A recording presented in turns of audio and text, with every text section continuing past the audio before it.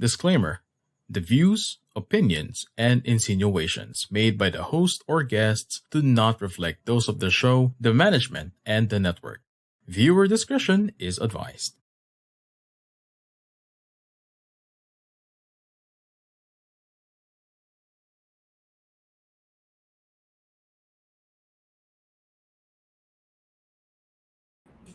Hello, everyone. I am life coach Shaun de Joya, the man from Pasig City. I am a professional certified life and mental health coach from Life Coach Philippines. And as a life coach, I empower men to be mentally fit so that they can stay inspired to live a more meaningful and fulfilled life. In the workplace, I help people, leaders create a mentally fit work environment so people can work, work efficiently and effectively in what they do. You are joining me today for Integrate here in our new digital space, Think Talk Broadcast. Think Talk Broadcast is a flagship community project of the speakers of Coaching, Think Talk, and Life Coach Philippines and members of Coach A coaching community. And our mission is to get closer to our kindred and serve better our coaching tribe. And what we envision is being the go-to network for the content that connects with the mind, heart, and soul through the platform of life coaching. This is us in the Philippines advancing coaching as an art, a science, a lifestyle, a profession, and a business. Your one coaching thought for today is from Geber Tully. Persistence and resilience only come from having been given the chance to work through difficult problems. We'll be back shortly.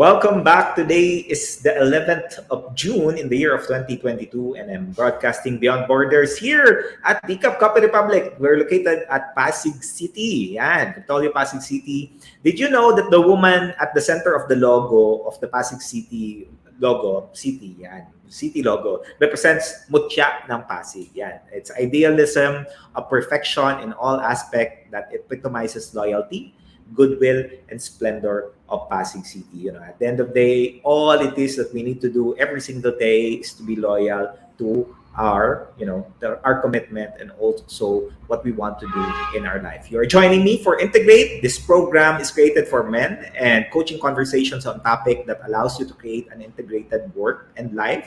The word integrate is to combine one thing with another so that they become a whole. The feeling of guilt is one of the biggest hurdles that a man experiences. If you've heard about the work-life balance, that is the biggest challenge that we're experiencing these days. People who are seeking to achieve this ideal state where work and life are separate environments can cause high level of stress and pressures, which can lead to a decline in our overall well-being. Work-life integration is mastered allow you to bring work and life closer together. It means you care less about what's work time and what's personal time, and you focus instead on what's the best time for you to do all of these things. The show will allow you to integrate your work life by learning different mindsets from successful people so that you can look at the big picture and see all of the components of your life. And I believe that there's no competition with work life. There's only integration. My guest for tonight is from Quezon City. Off work, he loves riding his, bike for about 5 to 10 kilometers stroll. Professionally, he is a workforce management manager in a BPO industry with 17 years experience handling multiple verticals, supporting international and domestic businesses. He is married to Joanna for 20 years and is blessed with 3 children, namely Daniela, Johan, and Dan Jr. Ayan, may Junior siya. Ladies and gentlemen, welcome my guest VIP, Dan de Guzman. Hello, Dan. Thank you for joining us this evening. Oh, medyo mahina yung audio mo, ano Dan, mahina yung audio. Sorry. There you go. Yeah, it's okay. Dan, thank you for for gracing the space, no. Maganda yung magiging conversation natin ngayon. It's a powerful opportunity for us to take a look Mm. at life and perspective. Dan, yung challenge ko lagi pag nagpapa-introduce ako sa mga guests ko dito. My challenge is to introduce themselves in ways that they haven't introduced themselves with other people. So, well, for you to introduce your people, not yung typical sa workplace, no? Sa workplace kasi yung introduction natin commonly. We talk about, our our role, di ba? How many years we have in the corporate world and what have you right now. Introduce yourself in ways that other people have not, experienced or heard about you. Okay. Hi everyone. As Coach Sean mentioned to you, my name is Dan. Um, I work in a BPO industry. Um, Strange introduction, meaning I may say that I am one of the most hated personnel um, in a call center. I guess it could be because of the nature of our work, since we are workforce management. So majority of the people that we support mostly hates us. Um, that's it. I can't think of anything else right now. I'm sorry, but I It's think that's the okay. best thing that I can introduce to myself, is that I'm one of the most hated person in our department. Yeah, and for most of the people who's watching, if you have experience in the BPO industry, in the call center industry, yun yung profession po namin ni Dan is in workforce management. So workforce management, for those of you who's experience the call center industry, kami po yung naglalakad-lakad at ano ng mga tao kung naka-ACW, naka-hold, at naka-long call. Ayan po yung mga roles namin. And a lot of people would every time we start walking in there, parang ano they're starting to get a move on and be fearful about it. But the things that we do, of course, it's in a much bigger picture is to ensure that we are delivering the services that we are committing. Kasi di ba, ano naman yan, Dan, di ba, commitment natin yan to the business that we have. But the Right, beautiful right. thing about it is we're helping people get jobs. O yan, ang biggest na Mm. trabaho talaga natin is something that we do. Dan, you know, how is life right now for you? And I've we had a conversation on the background and the things that's happening in your life right now. Tell us at least during this pandemic. It's 2.5 years during the pandemic. How is life for Dan currently? Well, it was very normal, even during the pandemic, when the lockdown started, no, the last 2020. Parang wala naman nangyari on my end. I still tend to work on site. Um, um, Unlike my other peers or co-WFM personnel, we decided to have them work at home. Whereas me, I decided to be the frontliner of our department of our team. Um, so that someone would be, looking after the people who are working in on site. Um, and I'm tend to help also my co-managers support the projects that they handle. Yun lang. Basically that's it. During the first 2 years, it has been the same trend wherein I go to work on site. Yeah. And then this year lang, I also tried naman working here at home. But most of the time, when there are urgent meetings or issues that we encounter, that's the only time that I go to the office and check everything. Mm-mm. And then, unfortunately, last April of this year, during the Holy Week period, I had this minor stroke wherein I have to, um, leave. file for medical leave Yeah. for at least 3 months. So right now I'm still, at my second month of my medical leave. So hopefully I'll be able to go back by July. Mm. Dan, pag-usapan natin because one of the things that you've highlighted to me is you're fond of, di ba, riding your bicycle. Yan. Pag-usapan Hmm. natin yung bicycle riding mo. Yeah. When that started, para ma-connect natin yung story mo kung bakit ba naging you've experienced such. Pero yung bicycle yan, how did you come about that and doing that every single day? Um, Before that, kasi my passion was really is more into automobile. And then late last year, medyo medyo tumatanda na tayo. So I decided to buy my own bike and made sure na after work or at night magamit ko siya, and I made a habit na magbike muna. I mean, dito lang sa street namin. Then afterwards, pahaba ng pahaba yung travel ko. I mean, from Quezon City, like I'm here in Cubao. I started, biking around our yung parang village namin dito or barangay. And then later Yeah. on, I tried going to Ortigas. And then the farthest that I've been through is Manila. Parang, yun nga, parang bumabalik din yung, kasi when I started doing this, really, when I was in college. Then nag-stop na Mm. since nagbago na yung hilig namin din noon eh. Then, yun nga, eto, binalik ko ulit. And unfortunately, isang barkada ko lang or one of my good friends from elementary high school, sumasama din sa akin. So, dalawa lang kaming pumupunta. I mean, nagbabike. Yeah.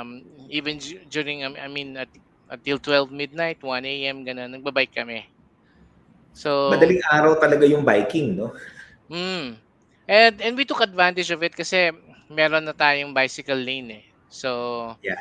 medyo we felt safe na pa rin naman, unlike before na hindi siya gano'n talaga kaano. Mm.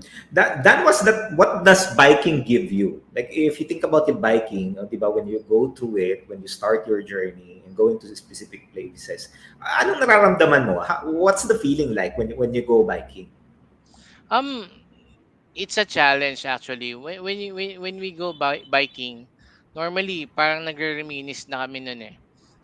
Because before nga, we do a lot of biking, we go places. So when we did that again, nagre-reminisce kami ng friend ko sa mga pinupuntahan namin before.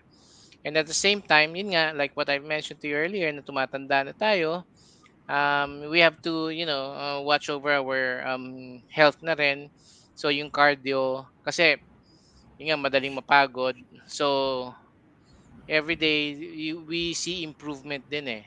So nakaka-motivate din na parang ibalik yung dating parang yung ano natin para maging healthy pa.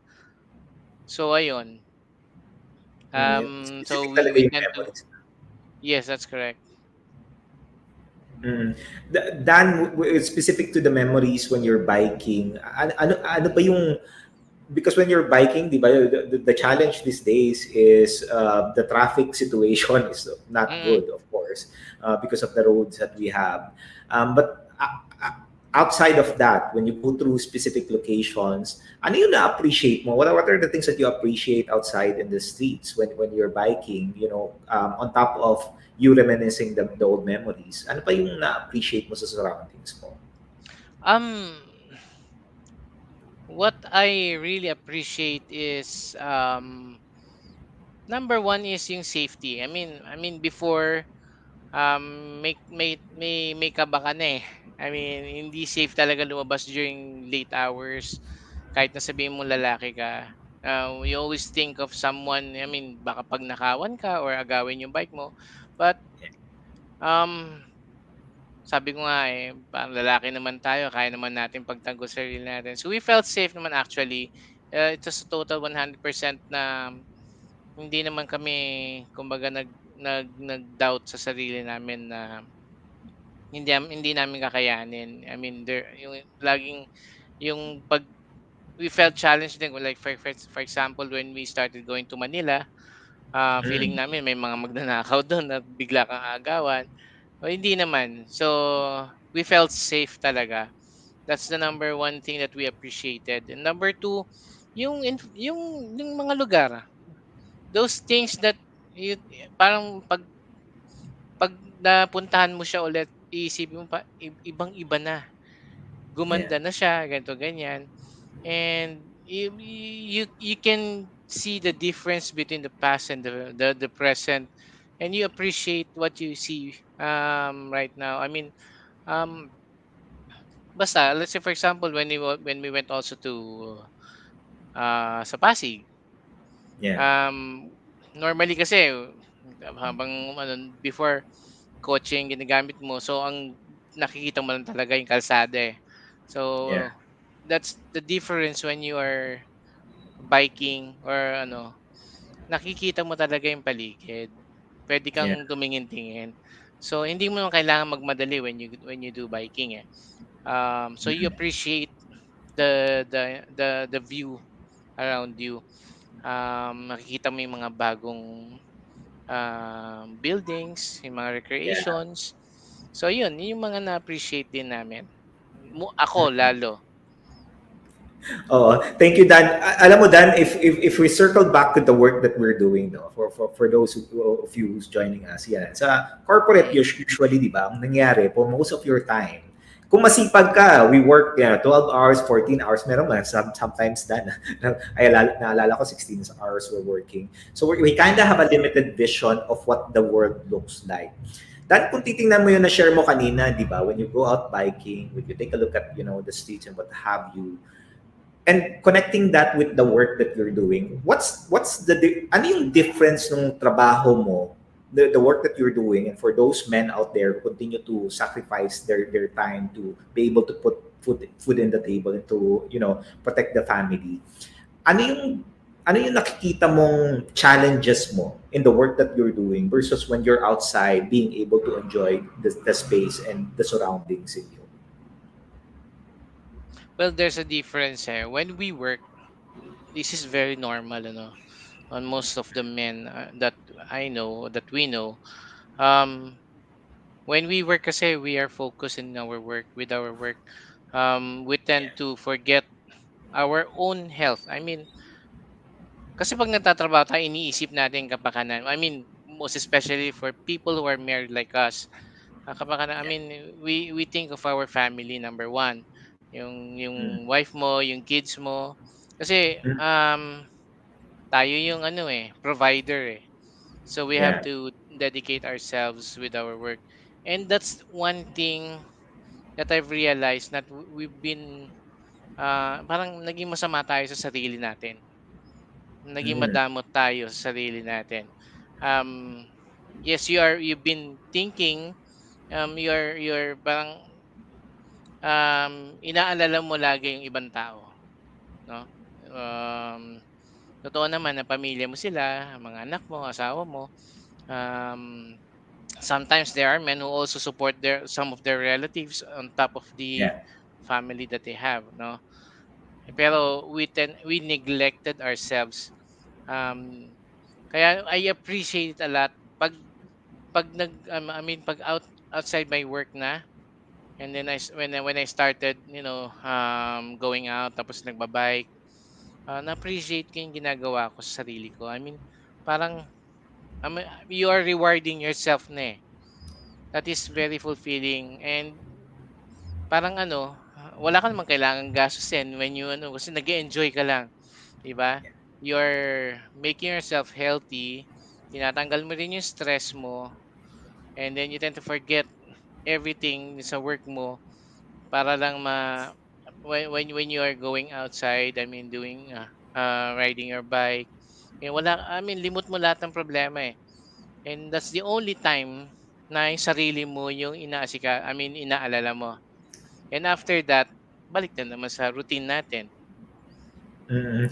Dan, maganda yung sinabi mo. I wanna focus on that because yung yung mga tatay kasi dyan, and bless all of the fathers out there, salamat sa mga pinaggagawa nyo, no? Kasi hindi madali maging tatay at hindi din madali maging asawa, di ba? Maging husband, Yes. that is something of a challenge. Pero yung emphasis mo on neglect, we tend to give everything, our time, our resources to our family, Mm. na lang kakalimutan natin yung sarili natin, yung well-being natin.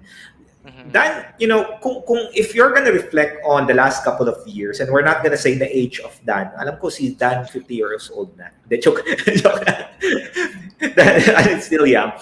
Reflecting on the number of years that you have been, living plus being a family that member, and providing to, of course, your people in the workplace, how is the mindset and behavior that you have? Sino sa tingin mo nag-influence niyan on the way that you're working? Kasi 'di ba, lahat tayo may mga pinagkukunan tayo niyan in the way that we work, our commitments, our responsibilities, what have you. May pinapanggalingan niyan at natutunan natin sa tao 'yan, sa mga tao, mentors, parents, what have you. Kanina mo nakuha yung dedication na 'yan to give everything to people so that you can give the support that they deserve, they need. Marami, coach. But the number one person who really influenced me to be like this is my wife. No, kasi before I was a happy-go-lucky person. Parang ano nga ako noon eh. During my earlier years, ah minsan matagal na ang 6 months sa isang work. I tend Mm. to jump from one company to another. Sabi Ay, ko hindi ka nga, tumatagal. Oo. hindi ako tumatagal. Parang wala akong pakialam. Kung ayoko magtrabaho, I resign. Then I stop. Total, nandiyan naman parents ko, ganyan-ganyan iniisip ko. Um, when I married my wife, parang ganun pa rin yung attitude ko. Pero when I started working dito sa BPO, siya yung nagpo-push sa akin. There are times na tamad talaga ako na gusto kong umabsent, no? But Yeah. she's the one who motivated me. Hindi motivation yun eh. Well, actually, pwede na motivation. Pero siya namimili sa Or akin. Hindi ka pwedeng inspiration, umabsent. inspires you. Hindi ka pwedeng umabsent. Pumasok ka. Parang ganun. And siguro ganun na rin talaga yung mindset ng asawa ko kasi my wife kasi make sure ever since talaga eh, when she started working, ayaw niyang umabsent, no? So, Mm. even yung mga kunyari malilate ka or what, that's the reason why I can be proud saying na, before ako ma-stroke, no, Mm. for 17 years with this company, I've never been absent nor late.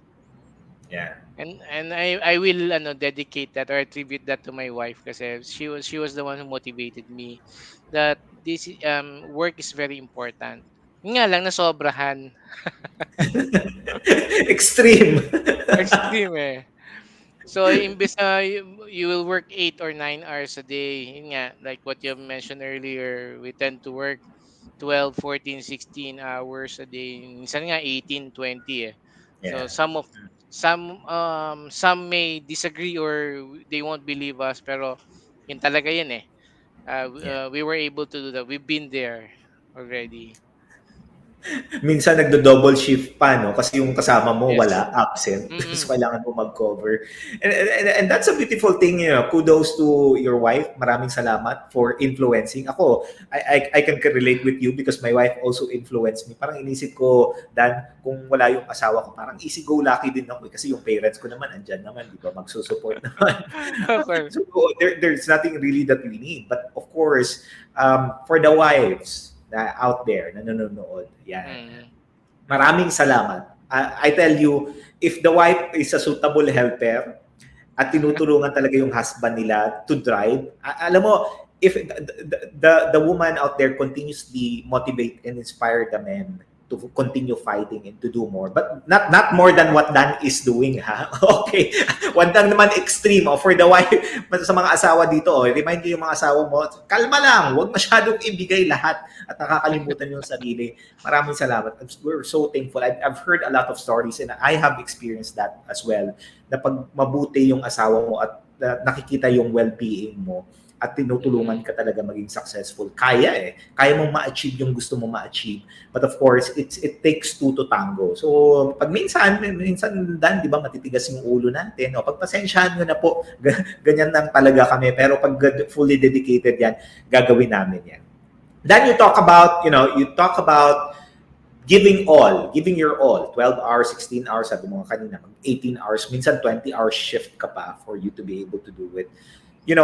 Take a look at 17 years of your career, arriving that to what happened in April. How was the habits like back then? Para naiintindihan yung mga tao kasi minsan yung mga kabataan natin ngayon, di ba? Parang okay pa naman, malakas pa naman ako, kaya ko pa mag-extend ng ganito and all of those things that they're doing in their life and also in their body. How was that like for you? How was that life like for you up until that time na na-experience mo yung milestone?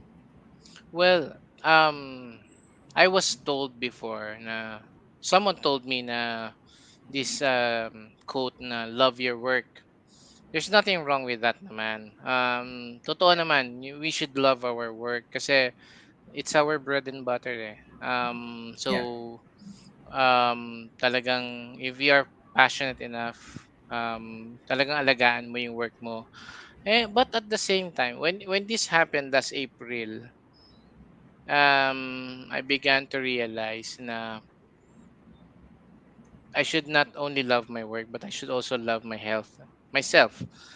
Um, During the last 6 months, kasi prior to my stroke, was a very stressful work on my end kasi we started or we pioneered some projects. I mean, Yeah. clients from abroad. We started working on a lot of tasks that we are asked us to do. Mm. So parang since magpa-pioneer ka, we're doing planning. Yeah. So yung for example, day shift yung pinapasukan ko. Little did they know, nag-extend kami. O ako, from 6 a.m. until 3 p.m. dapat tapos na ako. But parang na-extend pa siya ng 3 p.m. till 12 midnight. And Oh. then, since international account siya, may meeting ng 2 a.m., 3 a.m. So, walang tulog. Mm. So, it's a 6-month cycle na ganun Cycle. yung ginagawa ko. So, Yeah. ang dami kong nasira. I mean, nawawala yung schedule ng tulog, nawala Mm. din yung schedule ng kain. And naman coach na I've been a smoker for the longest time. So Yeah. minsan yun yung nagiging breakfast ko, yun din yung break ko, yun din yung lunch ko and dinner. Saka coffee. Yes. So nakakalimutan ko talaga lahat. To tell you honestly, even the time, limot ko. And I admit that na talagang nakakalimutan ko. Minsan hindi ko na napapansin gabi na or hindi ko napapansin may araw na. So, pero yung ano ko lang kasi dun, yung goal ko is matapos namin yung project to Yeah. please our clients and our operations and to give good name to our company. It's kumbaga fulfilling on our end. Pero yun nga, I habang nasa emergency room ako, doon ko na-realize parang lintik niya ano, galing ako sa trabaho, nandito ako ngayon sa ER, ganyan-ganyan. Wala man lang nag-check sa akin, hindi man lang ako so, you need to also love yourself. So, Yeah. respeto natin yung katawan natin. Mm. Dan, thank you. Love yourself. Yan, for the men, no? Sabi nga, Tito, pag may mga kausap ako, dami kasing trabaho, walang time. I tell you, Mm-hmm. eventually, your life will catch up to you. And that is something, the wisdom of the learnings of Dan and his experiences, kumbaga, this is something valuable. And I remind people always na hindi naman natatapos yung trabaho. May trabaho yan lagi. But of course, hindi naman mawawala yung dedication natin sa trabaho natin because we want to be able to do that. But of course, we cannot give what you don't have. Please take care of yourself because at the end of the day, yung trabaho natin may papalit dyan, may kukuha dyan. Pero yung buhay natin, pag nawala, di ba Dan?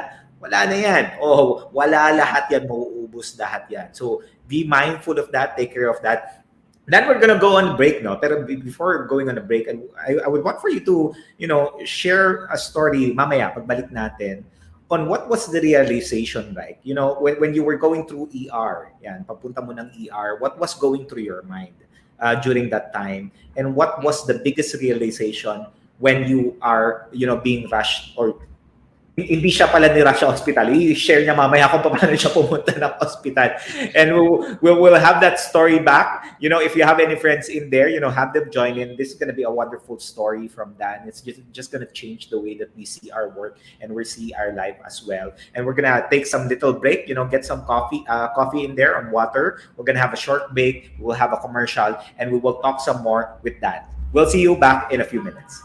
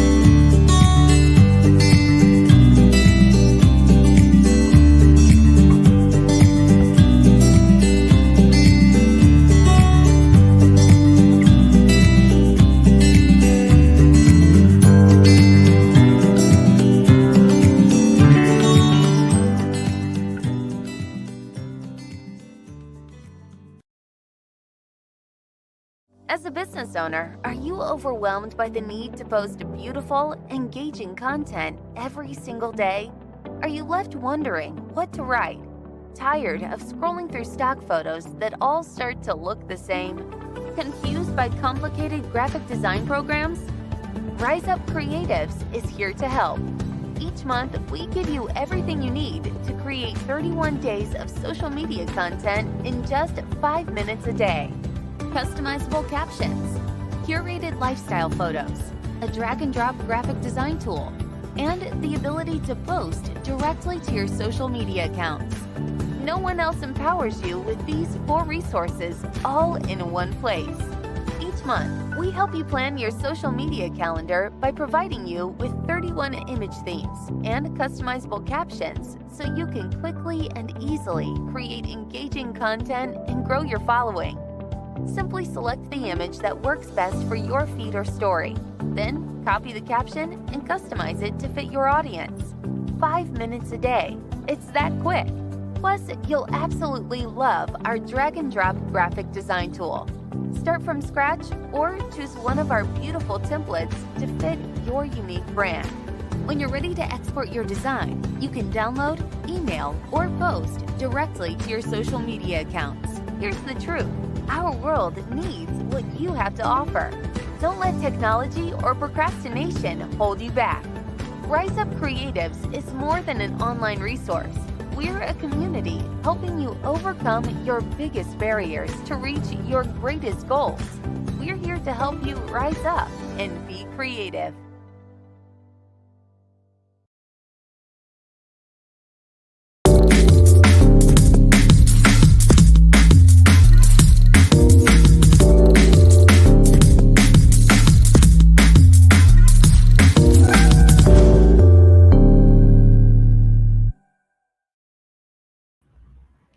We are back for our second part of the ninth broadcast of Integrate, brought to you by DCAP Copy Republic, the coaching hub of Life Coach Philippines, and our home of professional certified CACC life coaches. Meet our coaching tribe at DCAP Copy Republic, located at Pioneer Center Compound along Pioneer Road, corner Brixton and United Streets, Capitolio, Pasig City. I'm currently in the space right now. If you are within the vicinity of Pasig City, punta lang kayo dito. Our operation, of course, is open from 10 a.m. to 10 p.m. But this is, something of a community night with us. If you want to join us, come and feel free to go here. I'm still here, and afterwards, we're going to do some singing in there, some poetry. Enjoy some time with us. Kung naghahanap kayo ng place right now to just, be yourself, be human, be able to enjoy the space and just make it different for you and make that night different for you, Saturday night for you. Have a conversation with us here. We're open on Saturdays up until Thursday. We're closed on Friday. So pag Friday po, wala kami. But we're open single day, every single day except on Friday. Our coaching hub is also an event place. So if you're looking for a space in which you want to have some intimate gathering, you want to have some moment of just enjoying the space, connect with Coach Giselle at 0917-586-1661 for inquiry and reservation. And starting on, we started on June 1st. We're doing now the face-to-face daily event, which is back at DCAP Copy Republic. I invite you to join us. Every Friday, we're doing that. For every Friday, we're doing open mic. Yan. Si Coach Orville ang nag-lead nito. But right now, Coach Orville is in the province. Right now, it's being led by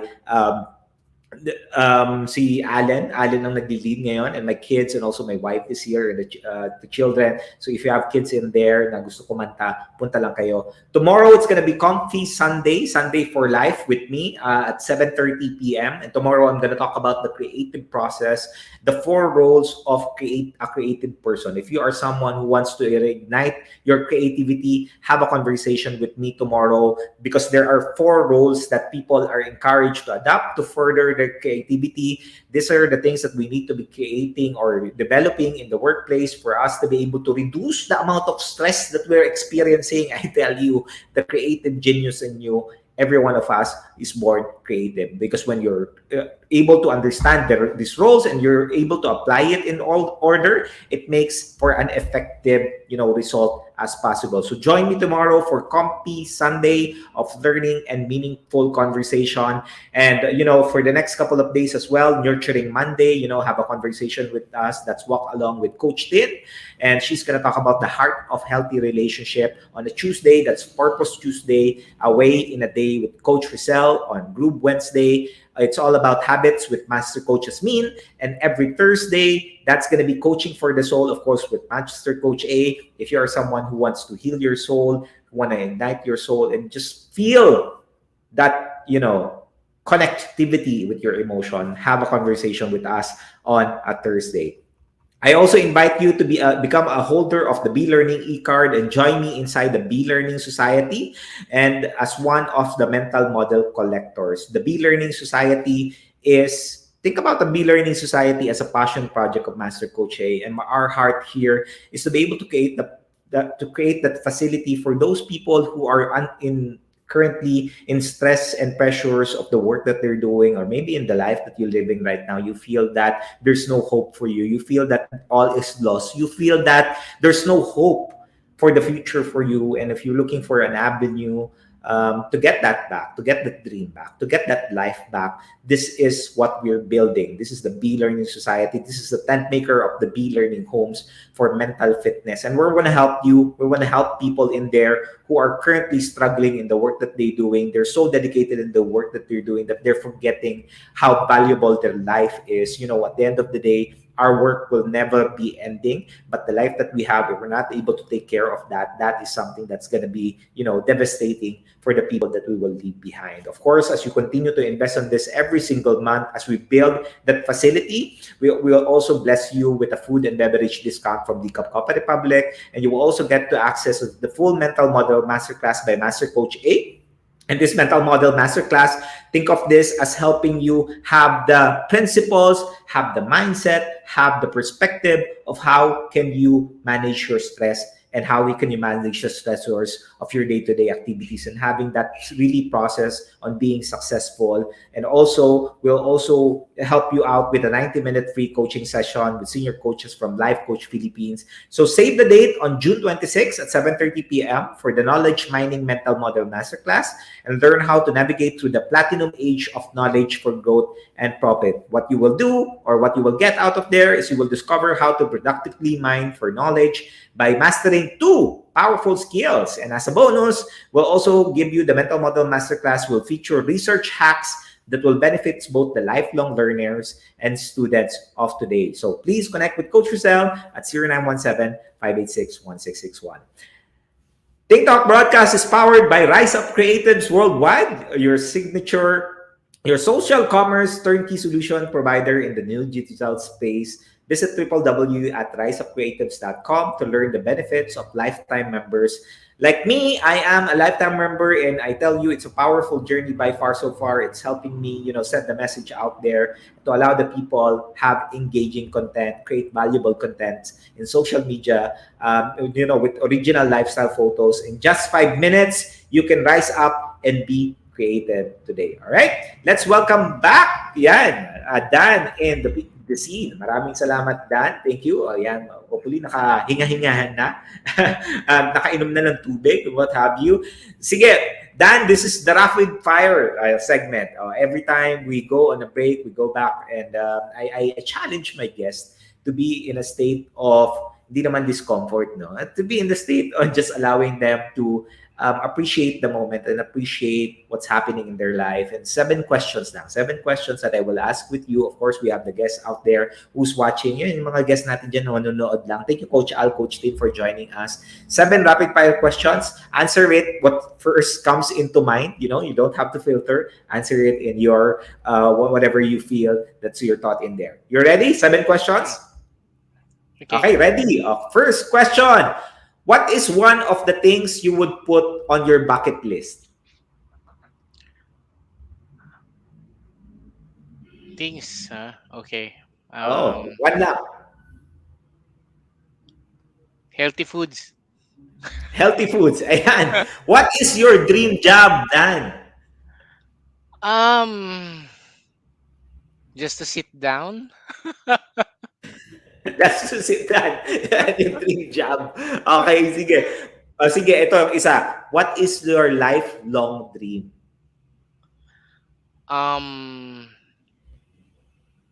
To go on vacation elsewhere. Probably in another country. Not in the Philippines, no. Okay, Not question in the number Philippines. 4. Where would you want to retire? Province. Province. May specific province ba to? You have in mind? In our province in Manawag, Pangasinan. Ayun, Manawag. Ayan, sige. Question number 5. If you could only do one thing every single day that allows you to live a fulfilled life, what would be with that one thing? I'm sorry. If there's only one thing that you can do every single day that would allow you to live a fulfilled life, ano yung one thing na yun? Na gagawin mo every single day until the day you die? Pray. Pray. Okay. Number 6. Yan, prayer. Yan. Importante yan to. Yan. Mga mag-pray kayo. Ha? Number 6. What would be the title of your autobiography? My mistakes. My mistakes. Thank you, Dan. And last but not the least, question number 7. What is your personal goal, Dan? Removing muna yung ibang tao. Kasi sabi mo nga, yan yung emphasis ng message natin dito. Ikaw muna. Ano yung personal goal mo kung ikaw lang naman ang masusunod? To be happy. Be happy. Beautiful. Thank you, Dan, for being sharing with that. I appreciate it. Ayan, for those of you who's joining us, ayan, si Dandy Guzman, he went through some challenges like April, I tell you. And it's a powerful story for me, it's a powerful story of resilience that you're able to bounce back. Before the break, I've asked Dan of what was it going on with him when he was going through ER. Siyempre, i-share mo, Dan, kung ano nangyari before that, no? Para Yeah. naiintindihan nila kung ano nangyari sa'yo. Kakaiba yung kwento na to ni Dan. Eh. Until such time that you went to the ER and of course, your doctor has given you, that that's so good news about your condition. Go ahead, Dan. Yeah. This happened last Monday. I mean, Holy Monday during our Holy Week, April 11th. Um, so normally, I start my day, working. Um, and then in the afternoon, while having this meeting, um, bigla ko. I I felt numbness na dito sa right arm ko. At Mm. first, hindi ko siya pinansin kasi baka lang naipit or nangalay o pinulikat or what. Yeah. But in between the meetings kasi, syempre, you have to stop them for a while, go to the bathroom for a quick break. So when I stood up, dun na. Hindi lang pala yung right arm ko yung manhid. Even yung legs ko, wala na palang so I mean, nahulog ako. So I natawa pa nga ako no'n eh. I was laughing kasi I felt the term, I felt stupid kasi Mm. napakaano ko naman, lampa ko, no. So I picked up myself pero parang ang iba eh. Bumalik ako sa upuan ko, then medyo napaisip ako.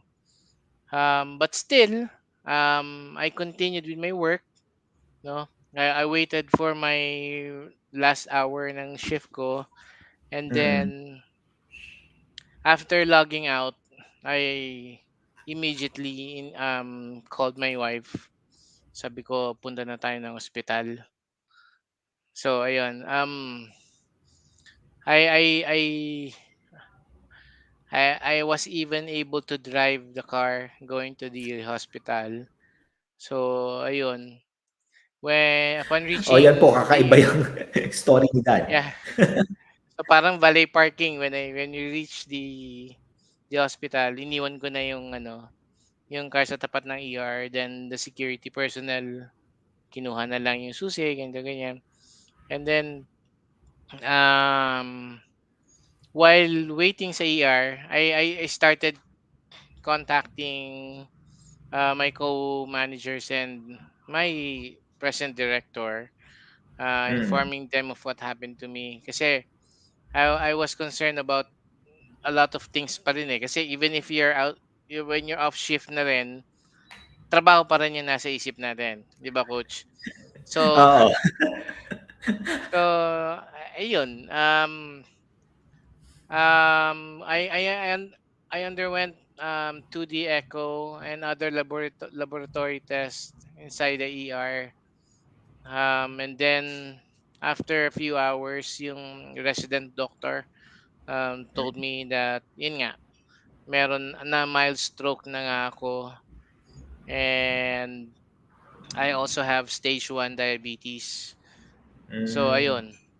So I I began to have this realization that nothing is permanent talaga. Yeah. Um so yun nga, parang nagfa-flashback din ako eh. Kala ko hindi totoo yun eh. I Yeah. to be honest, I felt like na parang katapusan ko na. Um, Mm. that's the reason why I'm thinking of a lot of things. I mean, iniisip ko mga anak ko, yung wife ko, Yeah. my Mm. mom, my siblings. Iniisip ko lahat, kahit na anong pumasok sa isip ko, talagang nagfa-flashback ako. All the good memories lang yung naalala ko. And then later on, um, partly I was really blaming myself. There's no one else eh.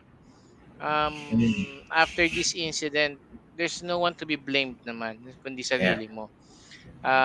You cannot just blame your work then because ginusto mo rin gawin yun eh. Yeah. And I Ginusto mo. don't want, Mm. yeah, and I don't want to complain about that. Um, Talagang yung sa akin lang is it was really my fault why I ended up, being rushed to the hospital, having this stroke. So ayun, may iwasan ko naman talaga dapat yun only if I took care of my health din talaga.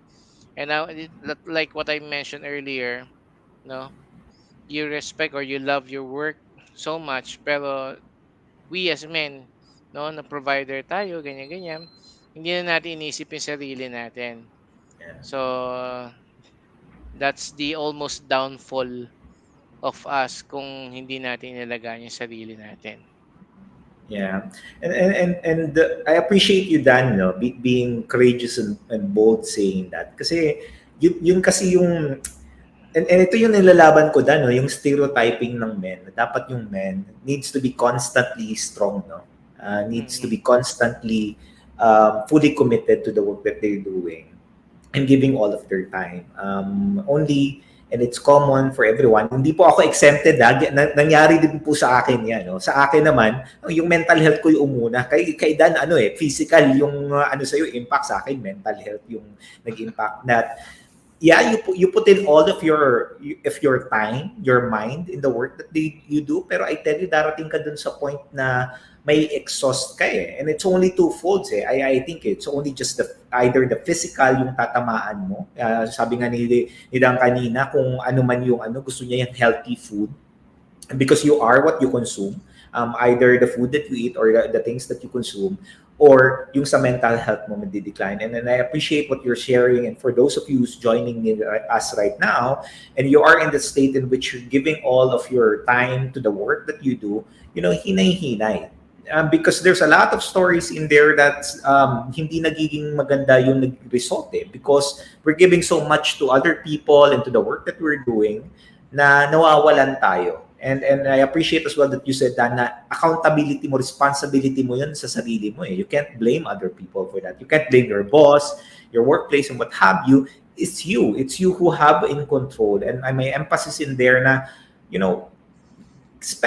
take time. Take time to, stop and or pause and reflect on what's happening with your life right now. Kasi dadaanan mo talaga yun and you would ask yourself, are the sacrifices that I'm giving is really worth it? Or nawawala yung essence kung bakit mo ginagawa yun? Di ba, Dan? Para kanino ka bumabangon? Para sa pamilya? Pero may mga times din, para kanino ka bumabangon? Minsan sa work din, na nakakalimutan natin yung value na binibigay natin yung sa health natin.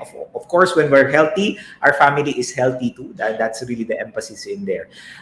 Dan, during that course, after you went through, right now, nagpapagaling ka, you're going through that healing journey, that process of recovery. Ano yung isang bagay na pinasasalamat mo sa lahat ng nangyari sa iyo from April up until today? Ano yung isang bagay na pinasasalamat mo na meron ka or may nagawa ka? What would be that one thing? Isang bagay na pinasasalamat ko. I mean, the love. Yung love. Aside from, thanking God na buhay pa ako, Yeah. I also thank God for giving me another chance because Yeah. dun ko nga nakita this trial that I have experienced showed me that the real people who love me, no, I want to, number one, I want to thank my wife who really stood beside me. Kasi you can't imagine, say that ko, let's say for example, hindi for example, I'm 40 plus, I'm 47. Kumbaga bata pa eh. I can Yeah. imagine, for example, my dad when he had his heart attack then, at least nasa 70s na siya. And I can see my mom then taking care of my dad. Pero sa akin, hindi ko makita yung sarili ko. Nagiging dependent ako sa wife ko during those period kasi. And I appreciate it. And at first talagang sobrang nakakahiya. We have to, yung ego natin, yung pride natin, mawawala eh. Because you Oh, depend true. on her. 'Di ba? Yeah. You will depend on those people na who's with you.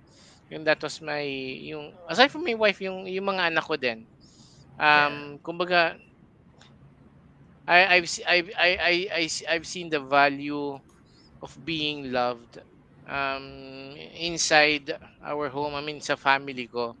So hindi laging sa office mo nakikita 'yan na yung mga yan naman sa opisina, sa trabaho, trabaho lang, 'di ba?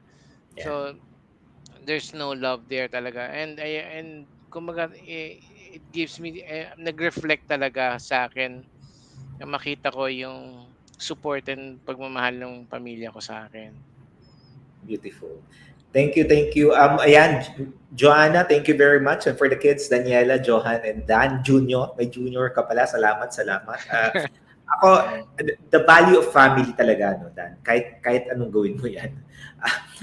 From thick to thin, yan. Pag very supported yung family, yung healing mabilis eh. Ano, nakakataba ng Mm. puso eh. Pag may inaalagaan ka, nakikita kang oo, yung kasi 'di ba dapat macho, yung machismo mentality natin, and that's common here in the Philippines and abroad as well, na dapat ano ka, di mo kailangan ng tulong, kaya mo mag-isa, but the reality is we're only human being. And there gonna be really some time that may sasabihin sa atin yan, yung sabi mo kasi may sinasabi sa atin, may pinapagawa sa atin ang Panginoon kung ano kailangan gawin natin to remind us Mm. of how beautiful life is. And I think the stories that you've shared so far, Dan, is something that for me, I truly appreciate. I appreciate that yung pagiging resilient mo and pagiging resilient din ng asawa mo. Kasi kung iba-iba yan, Dan, parang yung asawa, ano din, di ba? Manglulumuho din eh. But yung strongness ng asawa mo is something that's allowing you to really recover. And, mabilis ka din eh. Nakakapaglakad ka na. It's something that I think admirable. I just want to appreciate and salute her. Kung nanonood man siya in the future, I'm not sure if she's watching. Thank you. Thank you very much. And for the mga asawa there, maraming salamat sa pag-aalaga ng mga asawa nyo. Kahit sabi ko, matitigas yung ulo namin at pasaway kami at times. Thankful. We're so super, super thankful. Dan, my show is called Integrate. Yan. If I'm gonna ask you what integrate is to you, how would you define integrate into your life? Well, there's a lot of things kasi that is happening in us. So every day is a learning experience talaga. For us men, we make a lot of mistakes eh. We have to admit on that. Yeah. That depends on us then if we want to continue creating mistakes, and we should be man enough to face yung mga consequences ng mga pinagagawa natin, di ba? And if you are also man enough, you know how to correct those mistakes then.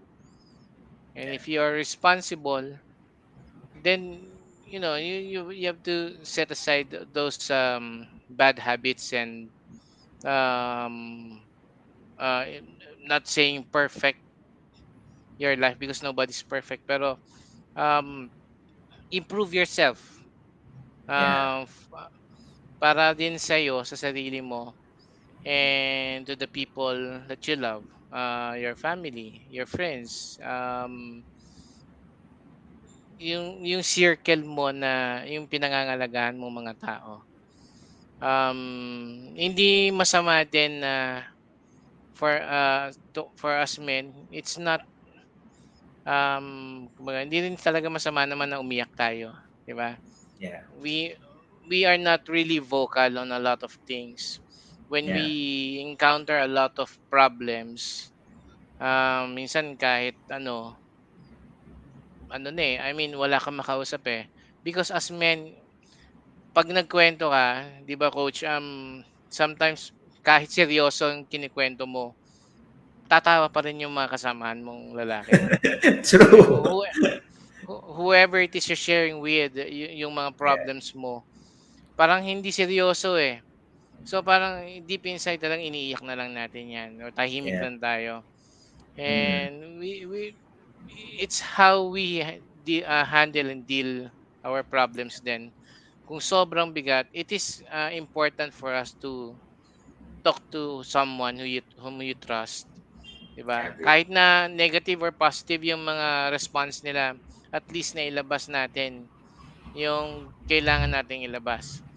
Yeah. If not, kasi there's this tendency for us na yung saktan din natin yung sarili natin, 'di ba? Yeah. Kung hindi ka marunong mag-control ng sarili mo, then that's your ano kumbaga that's the end of you. Hindi ka na Yeah. makakabangon ulit.